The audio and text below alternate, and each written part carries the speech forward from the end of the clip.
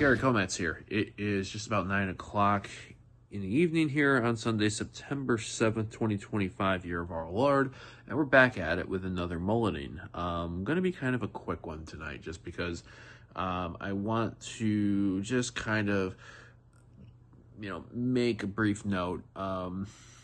Results in the Detroit sports world this weekend weren't the greatest. We recorded our Detroit City Sportscast on Wednesday night, in which the Detroit Tigers came off of a series loss to the New York Mets, losing the first two games of their series and then winning the last game on Wednesday. They had a 3-game series with the Chicago White Sox Friday through Sunday here at Comerica Park. Friday fell short in that one. Won yesterday, Saturday. Tarek Skubal going 7 innings, allowing 2 hits, a 6-0 win.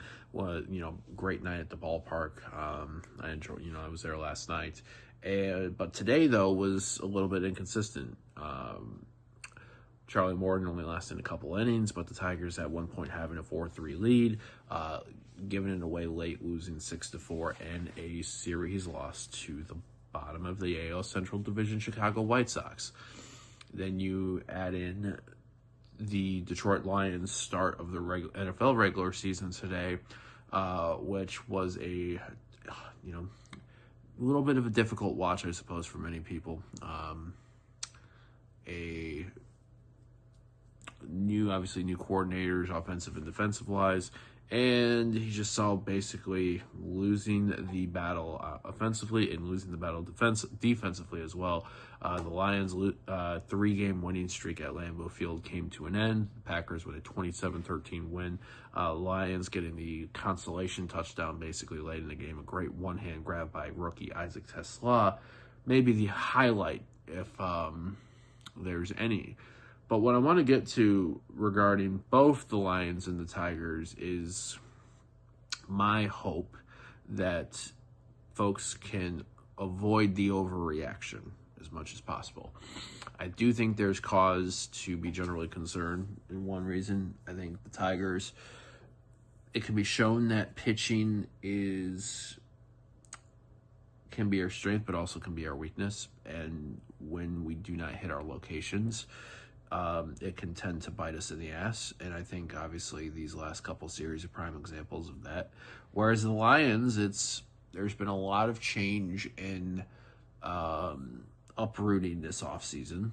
Coaches taking new gigs, as mentioned, new offensive and defensive coordinators, players coming back from injury, the whole 9 yards. Obviously, Zadarius Smith going to Philadelphia, as it was announced at the end of the week, is on a lot of people's minds as well, with Aiden Hutchinson and Marcus Davenport coming back from injury. Terrion Arnold leaving today's game with a groin issue. And I understand the concern and that today's performance wasn't exactly the greatest to watch, wasn't a great great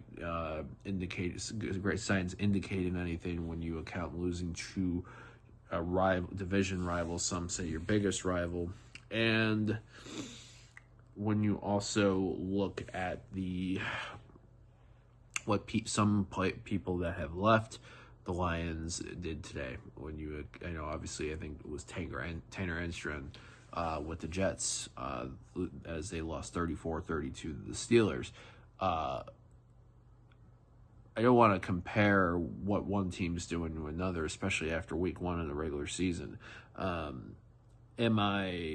I think my thing is, whereas the Tigers, we still have 3 more weeks of this regular season to go and then playoffs to see what this team is going to be able to do to make out for it. With this Lions, we still have 16 more regular season games and plenty of time for this team to gel. Do I still wish that starting players played at least a couple of series in the preseason? 100%. That way, the first game of the regular season isn't exactly a test run, like I feel like we've seen these last year. I felt like was a prime example, and this year too. But I'm not going to get overly worried yet about this Detroit Lions team.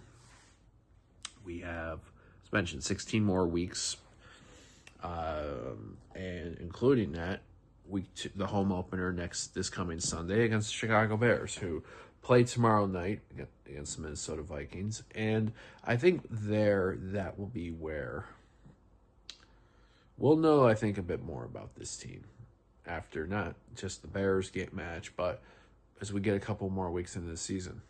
And yes, it is horrific. It is difficult to start the season with a loss. It's extra painful when you look at, how the game was played. But I do think it is hopefully motivating for this team. I think if this team is like the teams of the last couple of years, they'll take this loss personally and come back ready to whoop some ass, and hopefully we'll see that at Ford Field on Sunday. So that's just my thing to people. It's not the end of the world. It is not the season's not over. But I think it's all right to be concerned, but let's not overreact here. There's plenty more games for us to play to see how this season turns out. And with the Tigers, like I said, there's 3 more weeks of the regular season. I know we haven't been as hot as the run into the season. Just stay healthy as possible to get into the playoffs, and then you just got to play the games and see how it goes. So that's really kind of it for me today as far as that goes.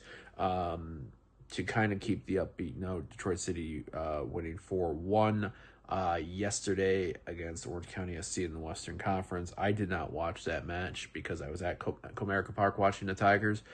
So maybe I need to do that more often as far as Detroit City scoring goals. But my focus is this. I know people are concerned about the Lions and the Tigers. Don't have concerns. Let's not overreact here. There's still plenty of time on both. And I'll leave it at that. So I thank everybody for checking this out, whether it's in video or audio form. And go ahead and follow us, Detroit.themajorsports.com, where you can check out all of our Majors Detroit content, from the Mulleting Garret Komatz episodes to Detroit City Sportscast, and our Detroit City-centric stuff, whether it's Make City Makes Men's or Channel 451. But till next time, have a great evening and a hopefully great week. And yeah, we'll be back at it soon. Take care.